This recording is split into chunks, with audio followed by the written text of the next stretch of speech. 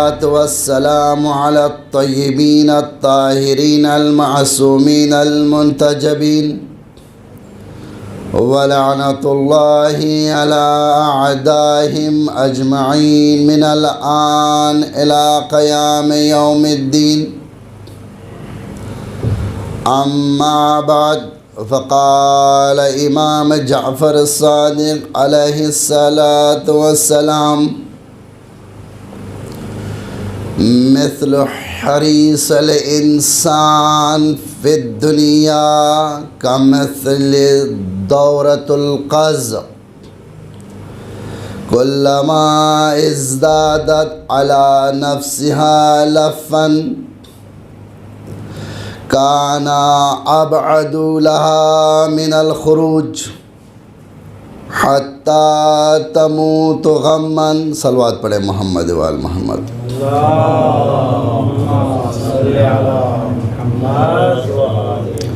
عزیزان محترم و مکرم و صاحبان علم، جیسے کہ آپ کے علم میں ہے کہ آج محرم الحرام 13 محرم الحرام دفن شہدائے کربلا کے حوالے سے مجھے کہا ہے سب علماء کرام، فضلاء اور مفسرین سے اور مبلغین سے، خطباء سے، پہلی محرم سے لے کر اب تک آپ لوگ مستفید ہوتے رہیں. اس محرم الحرام میں مقصد اس محرم الحرام کا ہدف بیان کرنے کی ضرورت نہیں ہے. آپ میں سے ہر ایک نے مولا مظلوم کربلا کا مقصد، ہدف کربلا کا، وہ پہلی محرم سے لے کر اب تک سنتے آ رہے ہیں.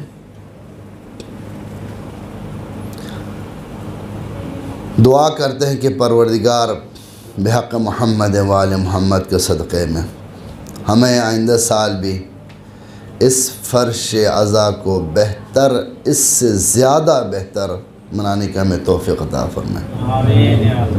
پروردگار بحق محمد وآل محمد اس فرش عزا کے صدقے میں ہمیں زیادہ سے زیادہ مولا امیر المومنین کے اس پاک در پہ پڑھنے پڑھانے کی ہمیں توفیق عطا فرما.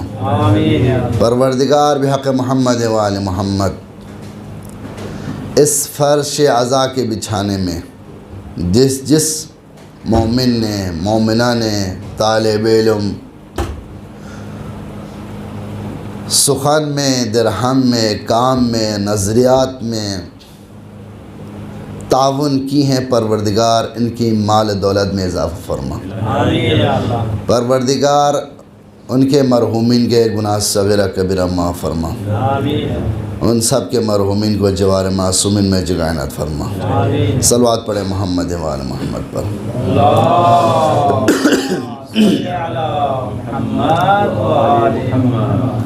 عزیزان محترم و مکرم و صاحبان علم، جیسا کہ میں نے آپ لوگوں کے سامنے مولا امام جعفر صادق علیہ السلام کا ایک معروف مشہور حدیث کی تلاوت کرنے کا شرف حاصل کیا ہے. حرز المال کے بارے میں کچھ آراء سے کچھ گفتگو اور کچھ مطالعہ جو میں نے کیا ہے وہ آپ تک پہنچانا ہے. پچھلی گفتگو میں نے 2 موضوع آپ کے سامنے بیان کیا تھا. ایک فقدان علم، مظلوم کربلا کے جو مخالفین ہیں یزیدیوں کے پاس، کوفیوں کے پاس اور حکومت کے پاس ہر حکومت اور ہر ظالم حکمران نے درباری ملا رکھا ہوا تھا. ان درباری ملاؤں نے عوام کو بیوقوف بنا کر اور ان عوام کو جاہل بنا کر رکھا. ہمارے سامنے ہے کہ صدام ملعون 35 سال اس عراق میں حکومت کی، اور 35 سال اس بندے نے، اس ظالم حکمران نے عراقی عوام کو 35 کیا 100 سال تک جہالت میں رکھا ہے۔ تو ہر ظالم حکمران کی کوشش یہی کہ عوام کو کیا ہے، حقائق سے چھپا کے رکھیں، ان تک علم نہ پہنچائے۔ تو سب سے پہلا حربہ ظالم حکمران نے اپنے دربار میں اپنے ساتھ کیا ہے، درباری ملا رکھا ہے۔ دوسرا حکمران نے کیا کیا ہے، دوسرا حربہ، ہر ظالم حکمران نے دولت دکھائی، مال دکھایا، ہر بندے کے دل میں لالچ ڈالا ہے۔ حرز المال، مال کی وجہ سے اندھے ہو گئے۔ ایک تو علم نہ ہونے کی وجہ سے اندھے ہوئے، ایک مال دکھانے کی وجہ سے، مال ان کے دلوں میں راسخ ہونے کی وجہ سے حقائق سے یہ پردہ، اور حقیقت سے ہی کیا ہے، پوشیدہ۔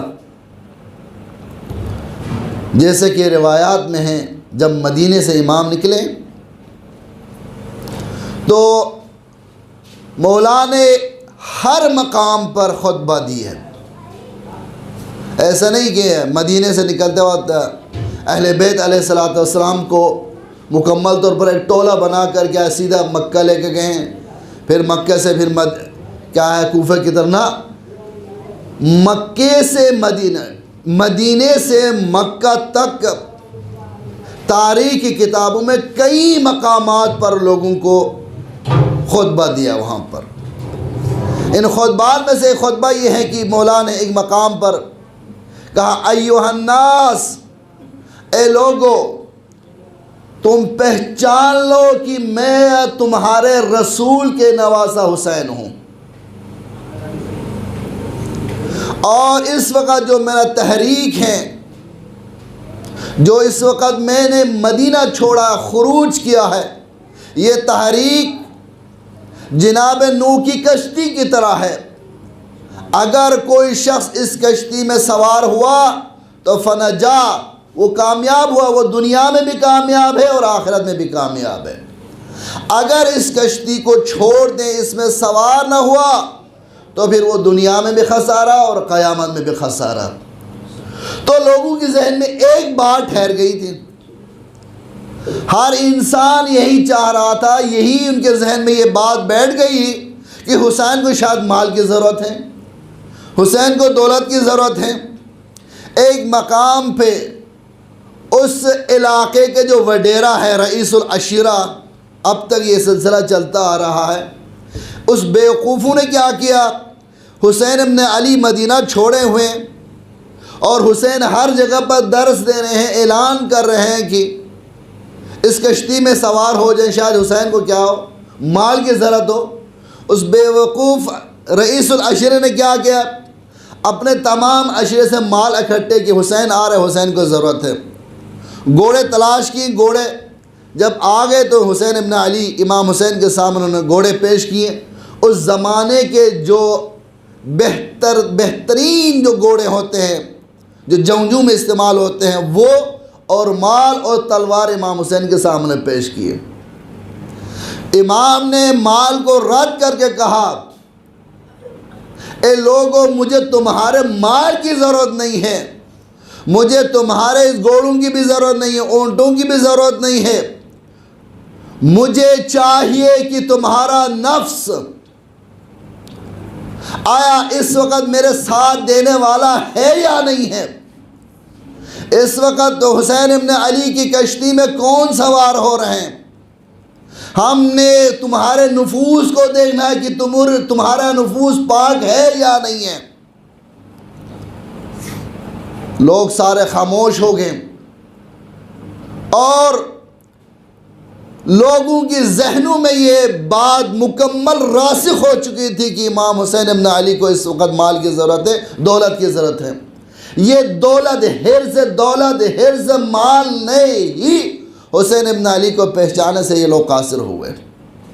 رسول اللہ صلی اللہ علیہ وسلم پہ کندھے پہ سوار ہونے والا حسین، گود میں آنے والا حسین، اور نماز میں جب رسول اللہ صلی اللہ علیہ وسلم ہوتے تھے رکوع میں آ کر حسین رسول اللہ کے پشت پہ آنے والا حسین، خطبہ دیتے تھے وقت خطبہ چھوڑ کر حسین کو گود میں لے کر مسلمانوں کو تعارف کرانا، ہر بندے نے اپنی آنکھوں سے دیکھا تھا یہ حسین ابن علی نواس رسول ہے۔ لیکن حکومت نے ان کے دلوں میں مال ڈالا اور حرص دنیا نے ان کو غرق کر دیا۔ اس وجہ سے حسین ابن علی کو پہچانے سے کیا ہے؟ قاصر ہے۔ یہ دولت، یہ مال اتنا انسان کو خراب کر دیتا ہے کہ انسان کو انسانیت کے دائرے سے اس بندے کو خارج کر دیتا ہے۔ یہی ہے کہ اگر یہ انسان اس مال سے، اس حرص سے اگر دور چلا جائے، ختم ہو، تو پھر یہ انسان انسانیت کے دائرے میں رہے گا، وَإِلَّا یہ انسانیت کے دائرے سے خارج ہوتا ہے۔ صلوات پڑھیں محمد و آل محمد پر۔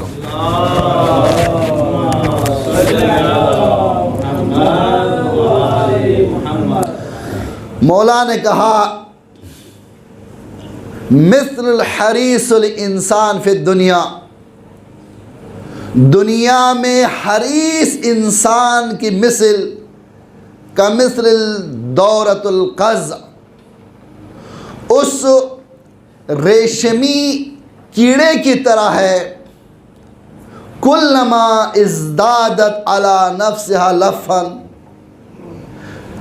ریشمی کیڑے جو ہوتے ہیں وہ جتنا اپنے آپ کے اوپر وہ لف بڑھاتا ہے، وہ دھاگا جتنا زیادہ کرتا ہے، کان ابعد لہا من الخروج، جب دھاگا زیادہ لپٹتا ہے اپنے اوپر تو اب اپنے آپ کو اس دھاگے سے نکلنا اتنا مشکل ہو جاتا ہے، حتی تموت غمن، یہاں تک کہ وہ وہاں سے وہ کیا ہے؟ مر جاتا ہے۔ یہ ہے حریص انسان کی مثل، امام جعفر صادق علیہ السلام نے دیے۔ حریص انسان جو ہے، دولت کے پیچھے بھاگنے والا جو انسان ہے، اس کا مثل کیا ہے؟ ریشمی کیڑے کی طرح ہے، جو اپنے آپ کے اوپر اتنا دھاگا چڑھا دیتا ہے حریص کی وجہ سے، آخر کا وہ کیا ہے؟ یہاں سے مر جاتا ہے۔ اسی طرح انسان حرص دنیا، حرص مال میں اتنا غرق ہو جاتا ہے کہ وہ اس دنیا سے کیا ہے؟ چلا جاتا ہے، لیکن اس کو پتہ نہیں۔ صلوات پڑھے محمد و آل محمد پر۔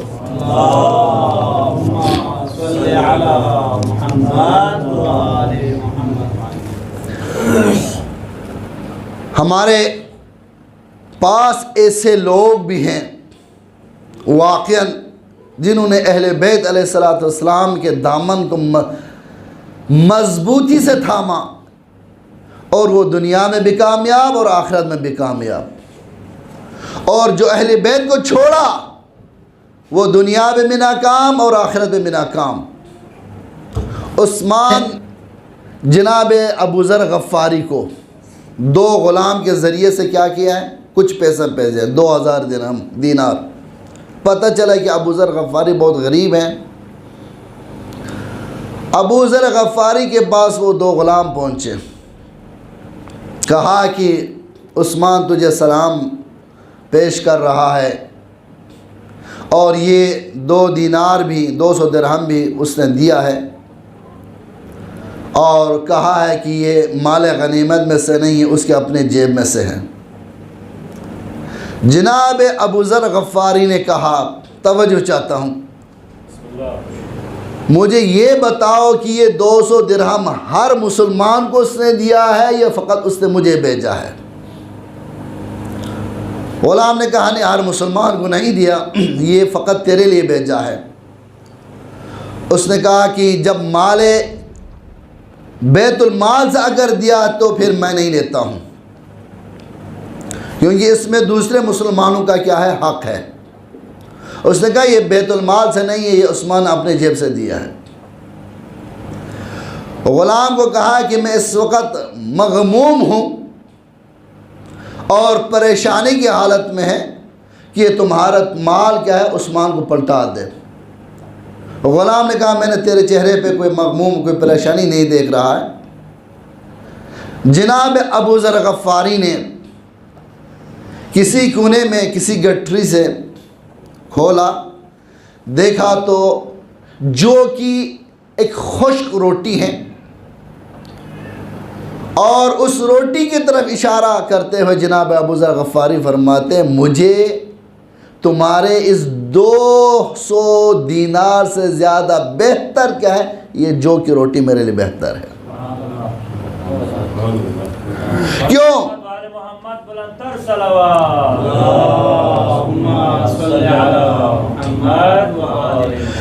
اس لیے کہ یہ جو کی روٹی میرا مولا امیر المومنین تناول فرماتے تھے، مجھے حب علی امیر المومنین اولاد امیر المومنین زیادہ عزیز ہے تمہارے عثمان کے اس پیسے سے، اور لوٹا دیا ہے۔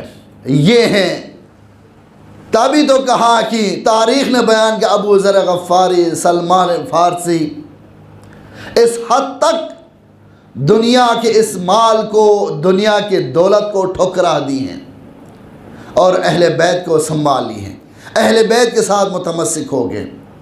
ایک دفعہ جناب ابو غفاری کے پاس جناب سلمان فارسی آتے ہیں۔ جناب سلمان فارسی دیکھ کس منزلت پہ پہنچے ہوئے اور کس مقام پہ پہنچے ہوئے جناب سلمان فارسی، اور جھوٹ بولنا ان کے لیے ناممکن تھا کہ ایک دفعہ رسول اللہ صلی اللہ علیہ وسلم جا رہے تھے، جناب رسول اللہ نے جناب سلمان فارسی کی ایمان کو چیک کیا، بتایا، تاریخ نے اس کو کوڈ بھی کیے ہیں، کہا سلمان یہ آگے نے سارے کفار بیٹھا ہوئے ہیں، مجھے بہت ڈر لگتا ہے، تو کیا کرنا چاہیے؟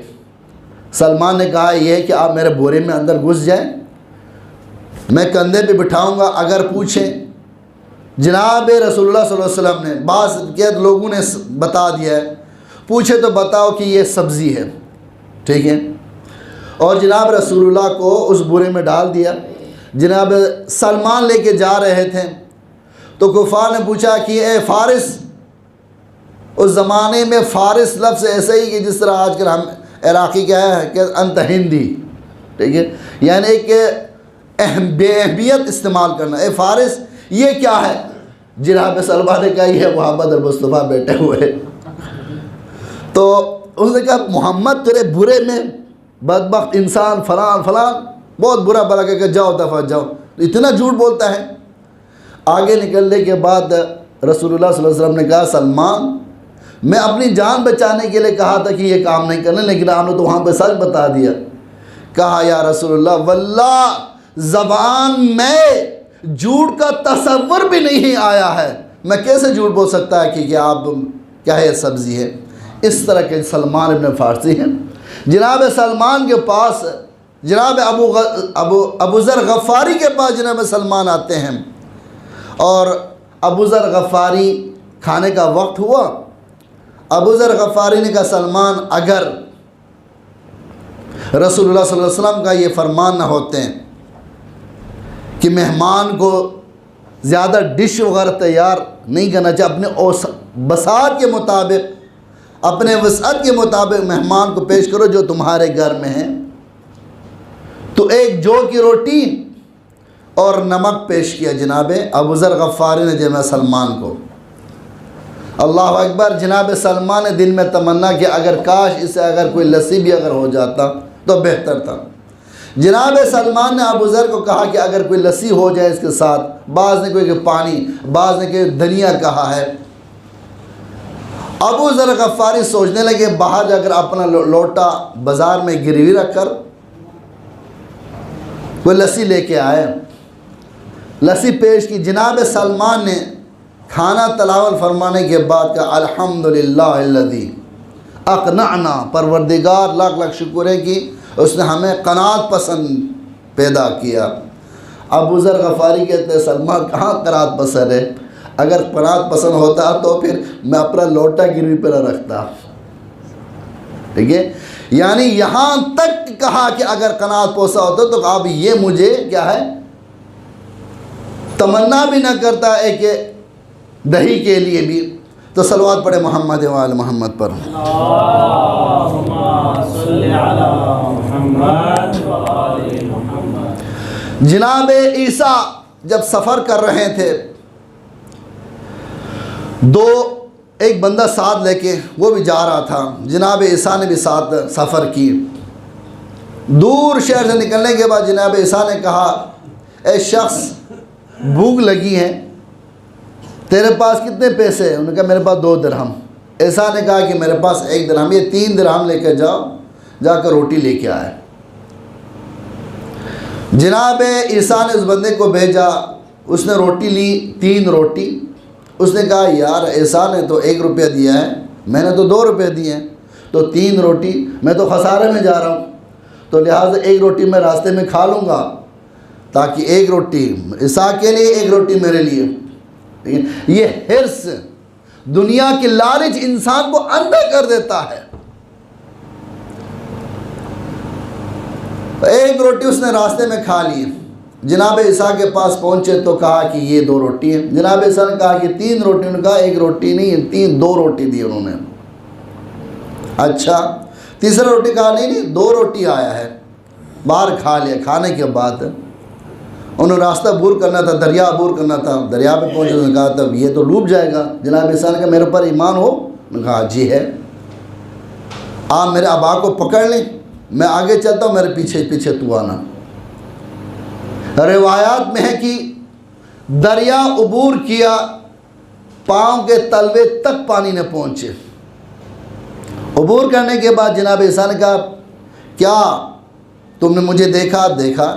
بڑے خوش ہو وہ انسان، میرے اوپر ایمان ہو؟ ایمان ہے، آپ وقت کے نبی ہیں اور واقعاً بڑا معجزہ، صاحب معجزہ ہے۔ ٹھیک، آگے پہنچنے کے بعد جناب عیسیٰ نے دیکھا سونے کے 3 اینٹ ہیں، سونے کے 3 اینٹ ہیں،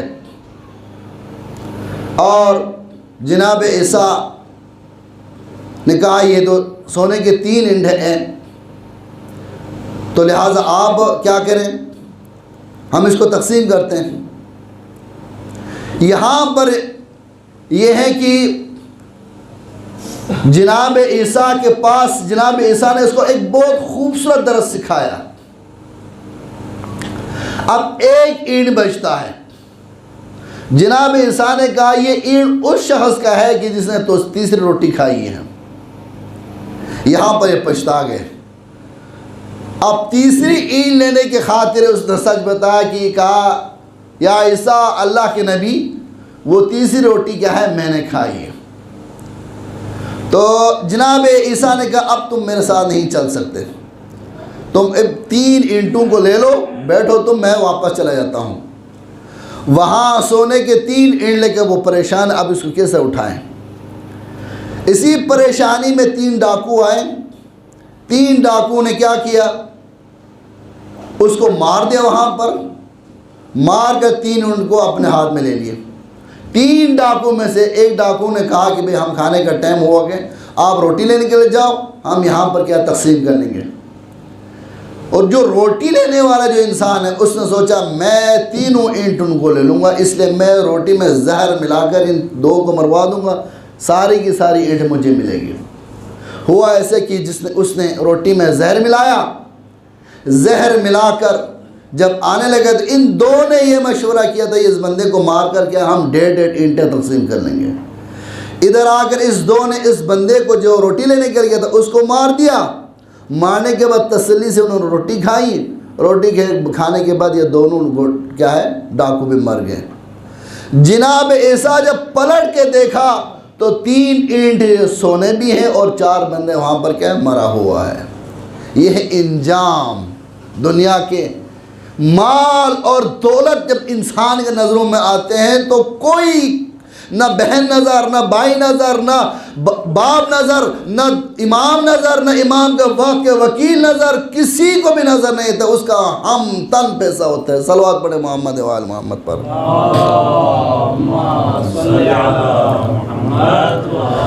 یہی مال ہے جو انسان کو غرق کر دیتا ہے، یہی مال ہے جو انسان کو اندھا کر دیتا ہے، یہی مال ہے جو اس کو انسانیت سے خارج کر دیتا ہے، اس لیے کہ یہی مال جس جگہ کو انسان کو اگر خراب کرنا ہو، جس جگہ پہ انسان کو تباہی کی طرف لے کے جانا، تو وہاں پر مال پھینکے۔ اس لیے آزادارو یاد رکھنا، سعودی عرب سے نجس جو مال آج کل غواڑی میں آ کر غواڑی کو جو تباہ کی ہے، اس کا حال ہم نے دیکھا ہے۔ یہ نجس مال غواڑی میں آ کر اب وہاں پر کوئی انسانیت والا بندہ نہیں، بلکہ سب کے سب یزیدیت سے بھرا ہوا ہے۔ میں نے خود اپنے آنکھوں سے دیکھا، جب میں حج پہ گیا ہوں تو دیکھا وہاں پر غواڑی کے 2000 لوگ وہاں یونیورسٹی میں پڑھ رہا ہے۔ یہی سعودیہ کا مال ہے کہ جو وہاں پر آ کر اس وقت غواڑی میں یزیدیت سے بھرا ہوا ہے۔ یہی مال ہے، یہی مال دکھایا ہے۔ اس لیے میرا اپیل ہے، گزارش ہے اس کر دو کہ بلتستان کے غیور عوام سے کہ اپنی زمین کسی غیر مذہب کو نہ بیچے، کسی غیر مذہب کو آنا نہ دے دے، ورنہ یہ مال تمہیں غرق کر دے گا۔ یہی مال تجھے تباہی کی طرف لے کے جائے گا۔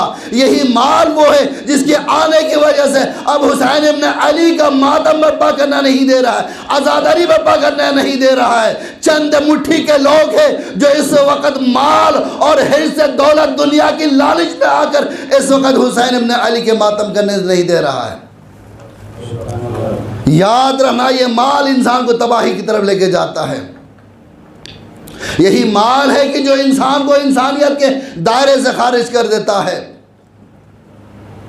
اتنی لالچ ان یزیدیوں کے اندر یہ مال کا لالچ آ چکا تھا۔ جب جناب طفلان مسلم، ہم واقعہ پڑھ رہے ہیں، جناب طفلان مسلم حارث کو جب کہا کہ آیا کوئی بازار ہے، حارث نے کہا ہے۔ آیا یہاں غلاموں کو بیچتا ہے؟ کہا بیچتا ہے۔ کیا کرنا ہے؟ بہتر نہیں ہے تو مجھے قتل کرنے سے زیادہ مجھے بھیج دو، ہمیں بھیج دے، تاکہ تمہارے دل میں جو مال کی جو لالچ ہے، اللہ اکبر، قتل کرنے سے تمہیں کوئی فائدہ نہیں ہے، بیچنے سے زیادہ مال آئے گا اور زیادہ تمہیں فائدہ ہے۔ لیکن وہ لالچ تھا، اور ابن زیاد سے ملنے کی لالچ، اور ابن زیاد کی طرف سے مقررہ پیسہ، مقرر جو دولت تھا، اس کے لالچ، اس کے وہ بندہ اندھا ہو چکا تھا، اور پھر کیا کیا؟ شہید کیا۔ روایات میں ہے کہ مظلوم کربلا کے شہید ہونے کے بعد جب جناب مختار ثقفی نے تمام قاتلوں کو گرفتار کیا، ان میں سے ایک جمال نامی بندہ ہے، اس ملعون کے ظلم و ستم دیکھیں، امام کے سب کچھ لوٹ گئے۔ وہ بتا رہا تھا مختار ثقفی کے سامنے، بتاؤ ظالم تم نے حسین ابن علی پہ کیا ظلم کیا ہے؟ اس ملعون نے کہا کہ شام غریبان ڈل گئی، آدھی رات کو، چونکہ میں امام کے کمہار تھا، اللہ اکبر، جو حسین کے ساتھ، حسین ابن علی کے گھوڑے کا کمہار تھا وہ بندہ جمال، لگام اس کے ہاتھ میں ہمیشہ ہوتا تھا مدینے میں۔ آدھی رات کو میرے دل میں لالچ آیا کہ میں نے حسین ابن علی کے ازار بند کو دیکھا تھا، گلو بند کو دیکھا تھا، شاید وہ باقی ہے۔ آدھی رات اس کے دل میں لالچ آتا ہے اور میدان کی طرف چلا جاتا ہے۔ دیکھا حسین ابن علی سر تن سے جدا ہے، آدھی رات کو دیکھتا ہے کہ حسین ابن علی کے جسد مبارک، اس ملعون کا ہاتھ بڑھتا ہے امام کے ازار بند کی طرف۔ ازار بند کی طرف جب بڑھتا ہے تو حسین ابن علی کا دونوں ہاتھ ازار بند کی طرف آتے ہیں اور پکڑتے ہیں۔ روایات میں اس حد تک ان کے دلوں میں لالچ، اس ملعون نے دیکھا تو امام کا دونوں ہاتھ ازار بند پہ ہیں۔ اس ملعون نے کھینچنے کی کوشش کی، لیکن حسین ابن علی کا ہاتھ ازار بند سے ہٹا نہیں ہے۔ یہاں تک کہ ظلم دیکھا کہ کربلا میں کوئی شاید پتھر مل جائے، کوئی لوہا مل جائے، کوئی تلوار کا ٹکڑا مل جائے۔ روایات میں ہے کہ کوئی تلوار ملا۔ اس ملعون نے یہاں تک کہ ظلم کیا، اس مال کی لالچ میں، دولت کی لالچ میں، کہ امام کے ہاتھ مبارک پر اس نے اس تلوار کے ذریعے سے اشارہ کیا، اس ہزار بند کو بھی اس نے نہیں چھوڑا ہے۔ یہاں خیمہ گاہ کو جب لوٹنے کے لیے فوج اشقیاء آئے، یہاں تک کہ جناب سجاد جس بستر پہ ہوتے تھے اس بستر تو انہوں نے کھینچا ہے۔ عزادارو، دنیا کے سامنے اگر مال آ جائے تو مکمل طور پر اس کی آنکھ بند ہوتی ہے، دل کا جو تالا مکمل بند ہوتا ہے۔ حرز دنیا اس حد تک آ چکی تھی ان لوگوں کے پاس، بھول گئے تھے کہ حسین ابن علی کون ہے، بھول گئے تھے کہ اولاد رسول کون ہے۔ سب نے اپنے آنکھوں سے دیکھا، لیکن وقت کے ظالم حکمران نے ان کے اندر مال اور دولت دکھا کر ان سب کو اندھا کیا تھا۔ عزادارو، اس ملعون شمر کا حال دیکھیں۔ مظلوم کربلا کا سر مبارک ہیں۔ اسیران اہل بیت جب کوفہ پہنچتے ہیں تو تنور میں یہ رکھتا ہے۔ اس نے یزید سے دولت لینا تھا، مال لینا، انعام لینا تھا۔ اس کی ڈیوٹی تمام سر اطہار سے کی نسبت مظلوم کربلا کے سر کو یہ بہت لیتا تھا، ساتھ ساتھ سر مبارک کو اس ملعون کے حوالے ہوتے تھے۔ اس کے دل میں اتنا لالچ تھا، جب گرفتار کیا تو اس نے یہی کہا کہ آدھی رات کو میں نے دیکھا آسمان سے عماری نازل ہوتی ہیں اور وہ عماری اس تنور پہ جا کر اترتی ہیں، اتر کر اس میں 2-3 مستورات نکلتی ہیں اور اس سر مبارک کو وہ مستورات اپنے گود میں لے کے بہن کر رہی ہیں۔ بیٹا مظلوم حسین، تجھے کیا ہوا ہے؟ تجھے کس ملعون نے ذبح کیا ہے؟ عزادارو، جب یہ قافلہ اسیران اہل بیت کربلا سے کوفہ کی طرف لے کے جا رہے ہیں، جب کوفہ داخل ہونے سے پہلے ان کو وہاں پر روکا گیا۔ کیوں روکا گیا؟ ابن زیاد کا دربار ابھی سجا نہیں، تماشا دیکھنے کے لیے لوگوں کو جمع کرنا تھا۔ اللہ اکبر! ایک دفعہ جناب زینب کو اپنے بابا کی حکومت کا دور یاد آیا، کہا نجف کی طرف رخ کر کے، بابا جان، یہ وقت وہ وقت کی جس وقت میں آپ نے ہمیں مدینے سے بلایا، اس وقت آپ نے ہمیں رات کو بلایا بابا جان، اور اس وقت آپ نے کوفہ کے بازار بند کیا اور کہا غضوا ابصارکم، تم اپنی آنکھیں بند کرو، میری بیٹیاں گزر رہی ہیں۔ بابا جان آپ دیکھ رہے ہیں اس وقت ابن زیاد کی فوج ہمیں دین میں بلایا ہے۔ اللہ اکبر! ایک دفعہ جناب زینب بابا کی طرف رخ کر کے بہن کرتی، فریاد کرتی ہے، بابا جان، حسین ابن علی آپ کا بیٹا سر تن سے جدا ہے، بابا جان آپ کا بیٹا غسل و کفن کربلا میں ہے، بابا جان آپ کا اکبر کو ہوا شہید کیا گیا، اصغر کو مارا گیا، عباس کے دونوں بازو شہید فرات پر سوئے ہوئے ہیں۔ اللہ اکبر! ایک دفعہ بنی اسد کے لوگوں کی طرف جناب زینب فریاد کر کے فرما رہی ہیں، اے بنی اسد کے لوگوں، اگر تم وہاں دفن کرنے کے لیے جاؤ گی نا تو میں نشانیاں بتاؤں گی۔ بنی اسد کے لوگوں، حسین ابن علی کا جسد مبارک سر تن سے جدا ہے، کوئی ایسی جگہ نہیں جہاں پر زخمی نہ ہو۔ یہ حسین ابن علی کا جسد مبارک ہے۔ اے بنی اسد کے لوگوں، اگر تمہیں ایسا جسد نظر آئے کہ جس جسد پہ تیر و تلوار ہے، سینے پہ برشی ہے، تو سمجھنا علی اکبر کا جسد مبارک ہے۔ اے بنی اسد کے لوگوں، اگر کوئی ایسا لاش جو پامال ہوا ہے تو سمجھو وہ قاسم کا لاش ہے۔ اے بنی اسد کے لوگوں، اگر دونوں بازو کٹے ہوئے ہو، فرات پہ اگر دیکھے تو سمجھو بھائی عباس کا لاش ہے۔ اللہ اکبر۔ جب حسین ابن علی نے زمین کربلا خریدی نا، اس وقت 3 گروہ کو مولا نے مخاطب ہو کے کہا تھا۔ سب سے پہلے کا لوگوں، بنی اسد کے لوگوں، اگر ہم شہید ہوں گے تو ہمارا جسد کو دفن کرنا۔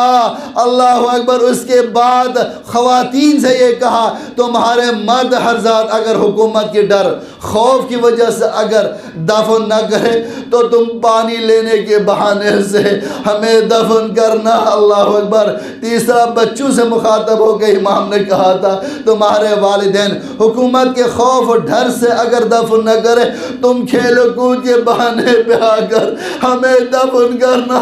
اللہ اکبر۔ وہ وقت آ چکا ہے۔ اللہ اکبر۔ بنی اسد کی خواتین پانی لینے کے لیے جب جاتی تھی، اللہ اکبر، تازہ تازہ خون ان جسد ادھار سے نکل رہے ہیں۔ کہا اللہ اکبر، یہ کن کے جسد مبارک ہے؟ اللہ اکبر۔ یہ جب بلٹ کے جب گھروں میں آئی، کہا مردوں سے تم لوگ جاؤ۔ اللہ اکبر۔ اہل بیت ادھار کے جسد مبارک لاشوں کو دفن نہیں کیا۔ کہا کہ ہم تو حکومت سے ڈرتے ہیں، خوف کھاتے ہیں۔ اس وقت خواتین نے کہا تم یہ چوڑیاں پہن لو اور ہماری زیورات پہن لو، ہم جائے گی اور ان لاشوں کو دفن کرو گی۔ اللہ اکبر۔ ایک دفعہ ان مردوں کے دلوں میں غیرت آئی اور سب جب چلے گئے لاشوں کو دفن کرنے کے لیے۔ اللہ اکبر۔ کیا دفن کرتے کہ اس وقت جب لاشوں کو پہچانا جاتا، ہر لاش کے سر تن سے جدا ہے۔ جب حیران و پریشان تھے بامامت معجزہ امام زین العابدین، اللہ اکبر، کوفہ سے جب تشریف لاتے ہیں، اللہ اکبر، بنی اسد کے لوگوں کو کہتے ہیں، لوگوں یہ لاش مبارک جس کے سینے پہ برچی ہے، یہ میرا بھیا علی اکبر کا لاش ہے، اس کو دفن کرنا۔ اللہ اکبر۔ ایک لاش کے سامنے زین العابدین پہنچتے ہیں، اس لاش کے پاس لپٹ کر فریاد کرتے، کہتے بنی اسد کے لوگوں کو، اے لوگوں یہ قاسم کا لاش ہے، قاسم کا لاش پامال ہے۔ اللہ اکبر۔ ایک جگہ پر جناب سجاد پہنچتے ہیں، ایک چھوٹا سا ننھا بچہ سجاد میں گود میں اٹھایا، کہا اے بنی اسد کے لوگوں، یہ وہ 3 ماہ کا بچہ ہے، میرا باپ ان کوفی شامیوں کے پاس آمنا کر پانی مانگا تھا، شعبہ نے علی اصغر کو شہید کیا، یہ میرا بھیا علی اصغر ہے۔ اللہ اکبر۔ آخر میں عباس کے لاش پہ پہنچتے اور فریاد کرتے، چاچا جان آپ فرات میں سوئے ہوئے، پھوپھیوں کے سروں پہ چادر نہیں ہے، کٹے ہوئے ہیں، گردن سے آواز آتی ہے، جناب سجاد سے اللہ اکبر، اللہ سے دعا مانگے، اگر مجھے زندگی دو تو واللہ سجاد میں کوفیوں کو کوفہ پہنچا دوں گا، شامیوں کو شام پہنچا دوں گا۔ بنی اسد کے لوگوں کو کہتے ہیں یہ میرا چاچا عباس کا لاش مبارک ہے۔ انا للہ و انا الیہ راجعون۔